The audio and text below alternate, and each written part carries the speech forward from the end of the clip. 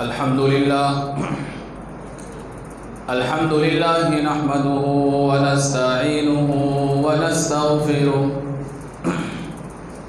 ونؤمن به ونتوكل عليه ونعوذ بالله من شرور أنفسنا ومن سيئات أعمالنا من يهده الله فلا مضل له ومن يضلله فلا هادي له ونشهد أن لا إله إلا الله وحده لا شريك له ونشهد أن سيدنا وسندنا محمدا عبده ورسوله أرسله بالحق بشيرا ونذيرا وداعيا إلى الله بإذنه وسراجا منيرا أما بعد فقد قال الله تبارك وتعالى في كتابه المجيد والفرقان الحميد أعوذ بالله من الشيطان الرجيم بسم الله الرحمن الرحيم يا أيها الذين آمنوا ادخلوا في السلم كافة ولا تتبعوا خطوات الشيطان إنه لكم عدو مبين وقال النبي صلى الله عليه وسلم من رأى منكم منكرا فليغيره بيده فإن لم يستطع فبلسانه فإن لم يستطع فبقلبه وذلك أضعف الإيمان صدق الله العظيم وصدق رسوله النبي الكريم ونحن على ذلك لمن الشاهدين والشاكرين والحمد لله رب العالمين دے کر گئی ہے کیا ہمیں پیغام عائشہ دے کر گئی ہے کیا ہمیں پیغام عائشہ جانے سے تیرے ہر سو ہے کوہرام عائشہ مسکان تھی لبوں پہ اور آنکھیں بھری ہوئی چہرہ بھی خوب تھا تیرا خوش نام عائشہ ظلم و ستم کی ماری ہے حوا کی بیٹیاں کتنی ہیں اور بے بس و گمنام عائشہ دولت کی بھوک نے ہمیں برباد کر دیا تیرا بجا حق ہے یہ الزام عائشہ انسان کے بھیس میں ہیں درندے چھپے ہوئے انسان کے بھیس میں ہیں درندے چھپے ہوئے ہوں گے ذلیل و رسوا وہ ناکام عائشہ اپنوں کو چھوڑ کر تجھے محبوب تھی اجل کیسے تھے رنج و غم تیرے آلام عائشہ اسلام میں خودکشی معیوب ہے بہت اسلام میں خودکشی معیوب ہے بہت امید ہے کہ خوب ہو انجام عائشہ حیدر کی ہے دعا تیری بخشش کرے خدا حیدر کی ہے دعا تیری بخشش کرے خدا اس کے سپرد ہے سبھی احکام عائشہ اللہ جل جلالہ و عم نوالہ نے عالم ارواح کے اندر ساری دنیا کی انسانیت کی روحوں کو اپنے سامنے جمع فرمایا اور ساری انسانیت کی روحوں کو خطاب کر کے اللہ جل جلالہ و عم نوالہ نے یہ ارشاد فرمایا الست بربکم کہ کیا میں تمہارا پالنہار اور پروردگار نہیں ہوں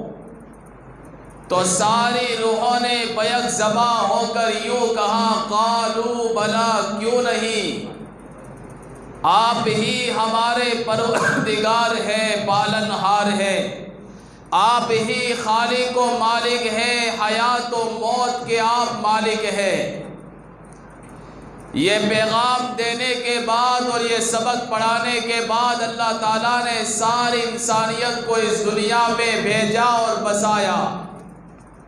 لیکن دنیا میں آنے کے بعد انسانیت نے وہ سبق جو اللہ نے پڑھایا تھا، وہ سبق جو اللہ نے یاد کروایا تھا،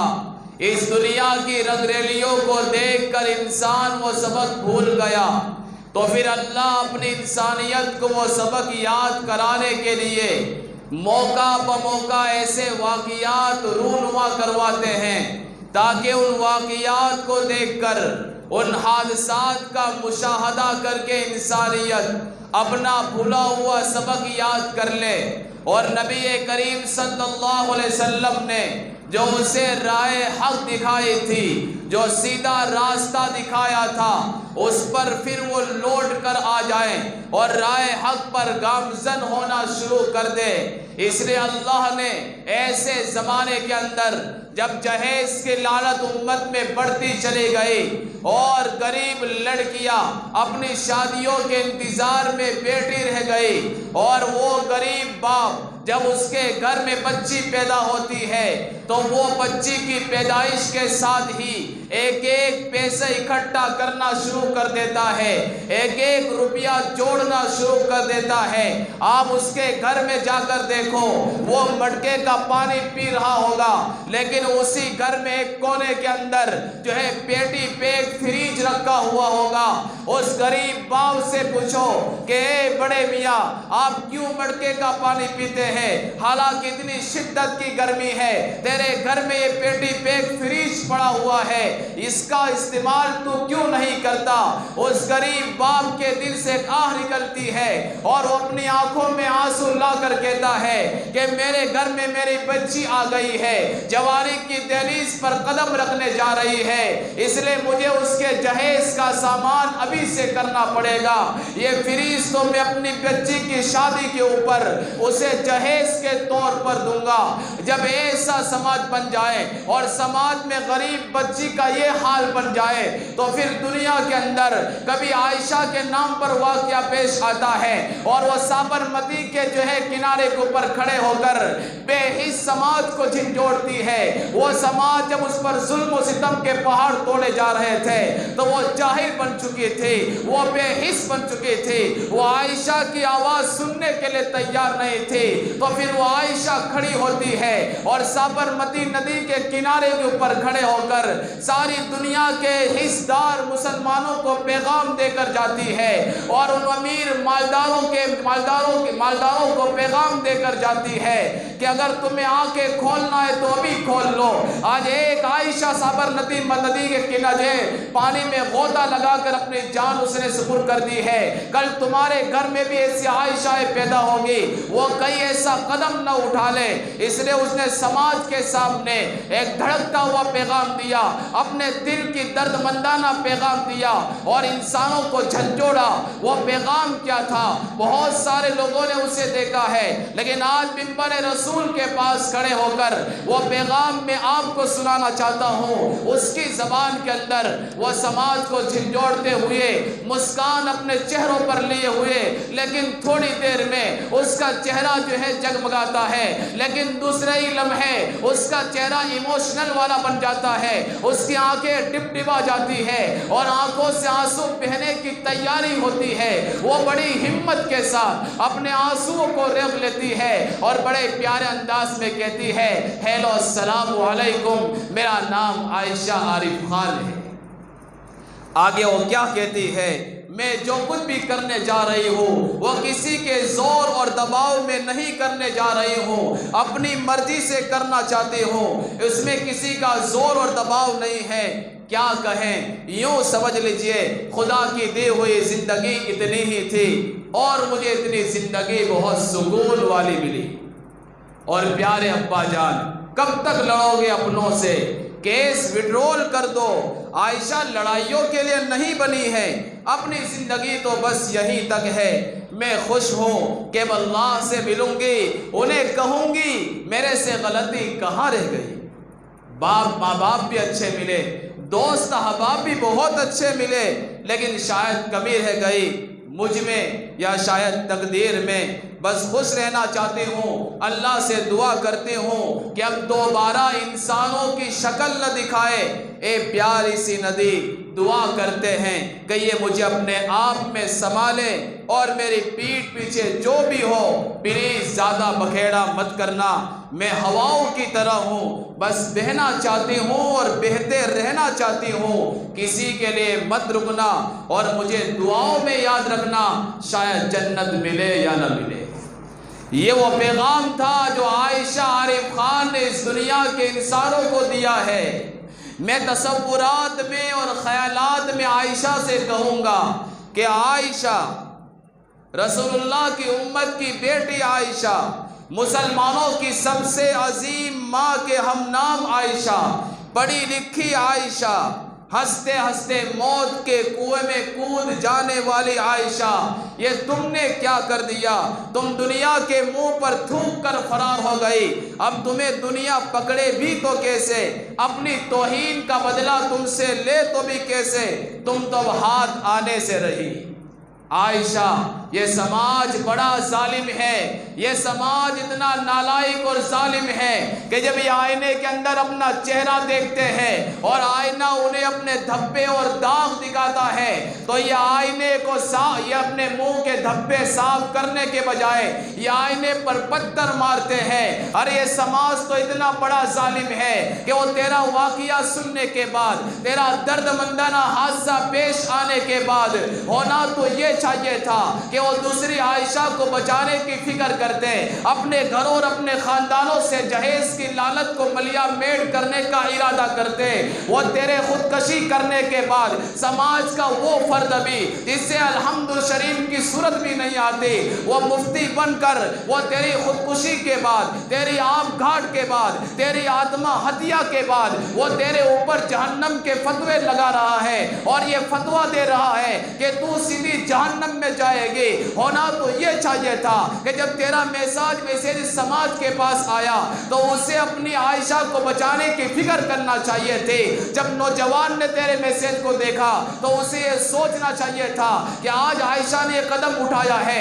واقعی ہم دلہے والوں کی کمی ہے، آئندہ کل جب میں دلہا بنوں گا میں اپنی سسرال والوں سے کہنا ملوں گا کہ مجھے تم سے کوئی چیز نہیں چاہیے، نہ موگا ساڑی چاہیے، نہ کوئی ڈیگ چاہیے، نہ سونے کی چین چاہیے، نہ سونے کی رنگ چاہیے۔ ایک نوجوان ارادہ کرتا، لڑکے کا باپ لڑکی کے باپ کو بلا کر کہتا کہ ہمیں کچھ نہیں چاہیے، بس ہمیں اپنے جگر کا ٹکڑا چاہیے، کلیجے کا خون چاہیے، تم اپنی بیٹی ہمارے پاس ودا کر دو، ہمیں اس کے علاوہ کچھ نہیں چاہیے۔ اور جب سماج کے معززین کے سامنے ویڈیو آیا اور جو با اثر لوگوں کے سامنے ویڈیو آیا تو وہ اپنی وجاہت کو اختیار کرتے ہوئے، اپنی ہمت کو اختیار کرتے ہوئے قوم کے سماج کو ایک پیغام دیتے کہ جب تک ہم وڈیر لوگ ہیں، ہم بڑے لوگ ہیں، اپنے سماج میں سے جہیز کی لعنت کو پنپنے نہیں دیں گے، اس جہیز کی لعنت کو ختم کر دے۔ لیکن واہ سماج واہ، وہ عائشہ کی خودکشی کے بعد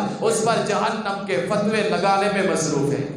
ایسا لگتا ہے کچھ نمازیں پڑھ کر، کچھ تسبیح پڑھ کر اس نے جنت کا ٹھیکہ خود لے رکھا ہے اور جنت کا سرٹیفکیٹ ہاتھ میں لے کر وہ عائشہ کے اوپر جہنم کے فتوے لگا رہے ہیں۔ سچ بات ہے، نبی نے سچ فرمایا کہ خودکشی کرنا بڑا جرم ہے، اس کا انجام جہنم ہے، لیکن نبی نے دوسری طرف یہ بھی تو فرمایا اذکروا محاسن موتاکم وکفوا عن مساویہم، جو مرنے والا مر گیا اس کا تعلق جو ہے اللہ سے ہوگا، اس کا معاملہ اللہ کے ہاتھ میں ہے۔ مرنے کے بعد تمہیں کیا کرنا ہے؟ مرنے کے بعد اس کی خوبیاں بیان کرو، اس کی جو برائیاں اور خطائیں تھے اس سے اپنی زبانوں کو روک لو۔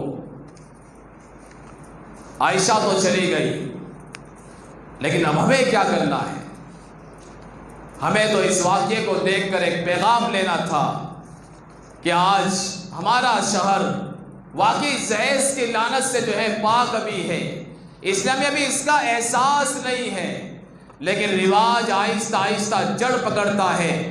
ہم اسے معمولی نہ سمجھے۔ بلکہ ابھی سے جہیز کی لعنت کو ختم کرنے کی پوری فکر کریں، تب جا کر اس جہیز کی لعنت کا جو ہے لعنت ختم ہوگی اور سماج اور معاشرے سے اس کا بائیکاٹ ہوگا۔ لیکن شرط یہ ہے کہ جو ہے معززین حضرات اور لڑکے والے آگے آئے اور لڑکی والے سے کہہ دے کہ ہمیں کچھ نہیں چاہیے۔ الحمدللہ ابھی میں نے آج ہی دو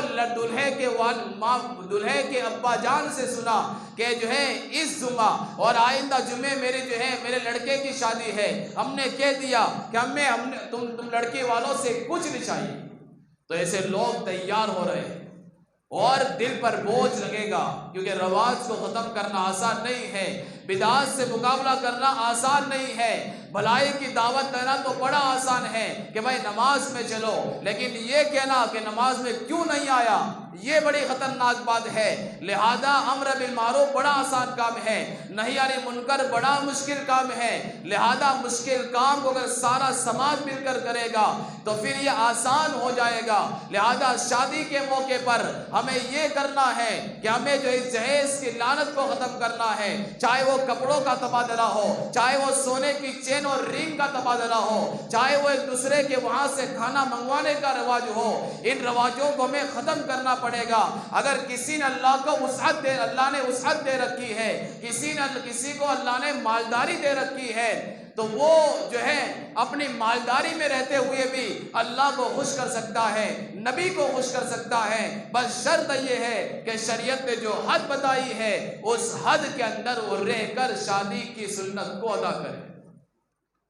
یا عائشہ عارف خان، جب اس کے ابا سے پوچھا گیا، اس کے ابا کیا ہے؟ ایک ٹیلر ہے، ایک درزی تھے، لیاقت علی ان کا نام ہے۔ انہوں نے میڈیا کے سامنے بڑا اچھا پیغام دیا، کہا کہ میری عائشہ مرنے کے بعد واپس نہیں آئے گی اور اس کے شوہر کو پھانسی لگ گئی تب بھی کوئی بدلنے والا کچھ بھی نہیں ہے۔ میری ساری دنیا کے انسانوں سے ریکویسٹ اور جو ہے التجا اور تمنا ہے اور درخواست ہے کہ میری عائشہ چلی گئی، لیکن ایسی کئی عائشہ ہیں جو ہے دنیا کے کونے کونے میں بسی ہوئی ہے، جن پر ظلم و ستم کے پہاڑ توڑے جا رہے ہیں، جن کو شادی کے بعد سسرال والوں کی طرف سے تانے دیے جا رہے ہیں کہ تو جہیز کم لے کر آئی، تو اتنے جوڑے لے کر نہیں آئی۔ ایسی عائشاؤں کو بچاؤ۔ آگے اس نے یوں کہا، چاہے غیر مسلم کی منیسا ہو، چاہے وہ کوئی مریم ہو، چاہے کوئی عائشہ ہو، میری عائشہ چلی گئی، لیکن جتنی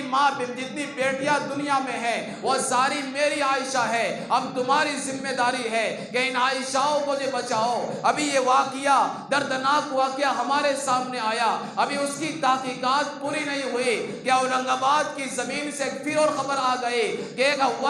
ایک بیٹی نے اور ایسا ہی ویڈیو بنایا اور ویڈیو میں وہ کہہ رہی ہے کہ میں غلطی کرنے جا رہی ہوں، میرے بعد جو ہے چرچا مت کرنا، اور شاید اس نے بھی خودکشی کی طرف اقدام کر لیا۔ اس کے بعد تیسری عورت کا ویڈیو آیا کہ مجھ پر ظلم و ستم کے پہاڑ توڑے جا رہے ہیں۔ عزیز، ان ویڈیو کو دیکھنے کے بعد ہمیں جو احساس اپنے اندر پیدا کرنا چاہیے کہ آخر میں بھی تو ایک لڑکے کا باپ ہو، ایک لڑکی کا باپ ہو۔ اگر میں نے آج سماج میں سے بدعات و خرافات کو جو ہے نہیں مٹایا، کل اس کی جگہ ہماری بیٹی عائشہ ہو سکتی ہے، کل اس کی جگہ ہماری بیٹی زینب، رقیہ، فاطمہ ہو سکتی ہے۔ اگر آج ہم نے ہوش کے ناخن نہیں لیے تو آہستہ آہستہ یہ سماج تباہی کے دہانے پر چلا جائے گا۔ پھر قوم کہے گے کہ علماء کچھ ہمیں جو ہے کچھ کہتے نہیں ہے، قوم کو خبردار نہیں کرتے ہیں۔ جب منبر رسول سے اپنی ذمہ داری ادا کرنے کے لیے ہم سماج کو بیدار کرتے ہیں تو کچھ نااہل انسان ڈنڈورا پیستے ہیں کہ مولوی کا کام، بس ان کا کام کیسٹ بجانا شروع ہو جاتے ہیں، یہ نئے مولوی نئی باتیں۔ یاد رکھو، ہم وارثان انبیاء ہیں، ہمارا کام حق بات کو کہنا ہے، اور جب تک جان میں جان رہے گی اور سانس میں سانس رہے گی ہم بدعات کے خلاف حق بولتے رہیں گے، ان بدعات کے خلاف بولتے رہیں گے جب تک کہ حق غالب نہ آ جائے۔ صرف جو ہے علماء کا کام نہیں ہے کہ منکرات سے روکے۔ آج کس جگہ کوئی ناچتا ہے، کس جگہ ڈی جے بجتا ہے تو سارا سماج کہتے علماء کیا کر رہے ہیں۔ ارے منکرات کو روکنے بھی کوئی حد ہوتی ہے۔ اللہ کے رسول نے فرمایا اگر تمہارے ہاتھ میں، اگر تمہارے اندر ہاتھ سے روکنے کی طاقت ہے تو ہاتھ سے روکو، اگر طاقت نہیں ہے زبان سے کہو، اگر زبان سے روکنے کی طاقت نہیں ہے تو دل میں میں برا سمجھو، جب پوری قوم ہی ناچ گانوں کی طرف چلے جائے ایک آدمی جا کر کیا کہہ سکتا ہے؟ ایسے وقت ہمیں ہماری ذمہ داری بنتی ہے کہ اپنے دل میں ہم برا سمجھے۔ اللہ کے رسول کے بارے میں آتا ہے، حضرت نافع فرماتے ہیں میں ابن عمر کے ساتھ جا رہا تھا، اچانک گانے کی آواز آئی، ابن عمر نے اپنے کانوں میں انگلیاں ڈال لی اور نافع سے پوچھتے رہے کیا وہ گانے کی آواز ابھی تک آ رہی ہے؟ انہوں نے کہا کہ اب نہیں آ رہی ہے۔ تب ابن عمر نے انگلیاں نکالی اور یوں فرمایا کہ میں نے اللہ کے رسول کو ایسا کرتے ہوئے دیکھا۔ کوئی اللہ کے رسول کے کانوں میں گانے کی آواز آئی، آپ نے جا کر روکا نہیں، شاید روکنے کا موقع نہیں ہوگا، اب اپنے کانوں میں انگلیاں ڈال کر آگے نکل گئے۔ لہذا ہمارے سامنے جب کوئی منکر ہو رہا ہو، کوئی گانا بجانا ہو رہا ہو، ہمارے ہاتھ میں طاقت نہیں ہے ہم جو ہے وہاں سے نکل جائے، ان کا تماشا نہ دیکھے، اپنی انگلیاں کانوں میں ڈال کر آگے نکل لے اور اپنے دل میں اس برائی کی برائی پیدا کرے، تو پھر ہم اپنے ایمان پر باقی ہے۔ عبداللہ ابن مسعود زاجان کے گویے کے پاس سے گزرے تو یوں کہہ کر چلے گئے، کتنی شاندار آواز ہے، کاش یہ قرآن کی آواز ہوتی، یہ کہہ کر نکل گئے۔ تو منکرات کے روکنے کی حد ہے، بس ہم علماء پر فتوے شروع کر دیتے ہیں کہ یہ اپنی ذمہ داری کو نبھاتے نہیں ہے، اس پر بیان نہیں ہوتا۔ ارے بیان تو ہوتا رہتا ہے، سماج کیا کر رہا ہے؟ کیا کلمہ پڑھنے کے بعد ہماری ذمہ داری نہیں بنتی کہ ہم اپنے گھر کے اندر جو خرافات بدعت ہو رہی ہے ان کو روکنے والے بنے؟ یہ تو ہماری ہمت نہیں ہوتی اور ہم دوسروں پر فتوے شروع کر دیتے ہیں، دوسروں پر انگلیاں جو اٹھانا شروع کر دیتے ہیں۔ کچھ نوجوان تو یوں کہہ رہے ہیں کہ علماء جو ہے بڑے لوگوں کو روکتے نہیں ہیں، ہمارے یہاں شادیاں ہوگی ہم ڈی جے بجائیں گے، پھر دیکھتے ہیں کون علماء روکنے آتا ہے۔ کتنی شرم کی بات ہے، کیا تم کسی کی ضد کے اندر اللہ کی نافرمانی کرو گے، اللہ کے رسول کی نافرمانی کرو گے؟ ارے کلمہ پڑھنے کے بعد سب سے پہلی ذمہ داری تو ہماری یہ ہے کہ خود بھی برائی سے روکے اور دوسروں کو برائی سے روکے۔ بس پورا سماج ارطغرل غازی کی طرح اس کے انتظار میں ہے، کوئی ارطغرل غازی آئے گا اور ہمیں بچائے گا، گناہ سے پاک صاف کرے گا۔ وہ جو ذہن ایسا بن چکا ہے، ارے ہم اپنے اندر سب کے سب ہیرو ہیں، ہم اپنے اندر سب کے سب ارطغرل غازی ہیں، ہم خود آگے جو آئے، ہم اتنے سارے نوجوانوں کو دیکھ لیا ہے، کیا فائدہ ہوا؟ میدان عمل کے اندر ہم نے کیا کردار ادا کیا؟ میدان عمل کے اندر ہم نے کیا اپنا وجود پیش کیا؟ ورنہ کھاٹ کے نیچے گھس کر نعرہ تکبیر لگانا یہ کوئی کمال کی بات نہیں ہے۔ ارے اپنا بیٹا، اپنی بہن، اپنی بیوی جب غلط کام کر رہی ہو اسے روک دینا اسی وقت، یہ مردانگی ہے۔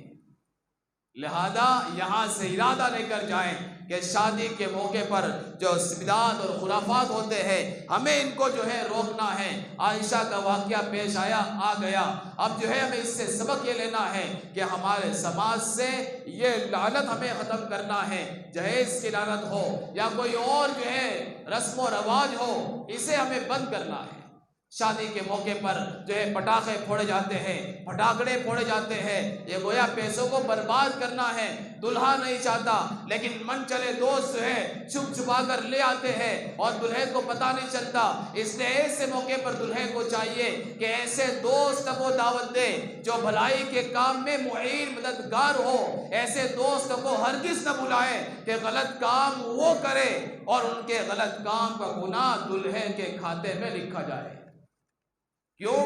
اس لیے کہ جس کی حکومت ہوتی ہے لوگ اسی کو کوستے ہیں، اسی کو ڈانٹتے ہیں کہ اس کی حکومت میں برا کام کیوں ہوا۔ حضرت عمر نے فرمایا تھا اگر میری حکومت میں کتا پیاسا مر گیا اس کا حساب بھی اللہ کو مجھے دینا پڑے گا۔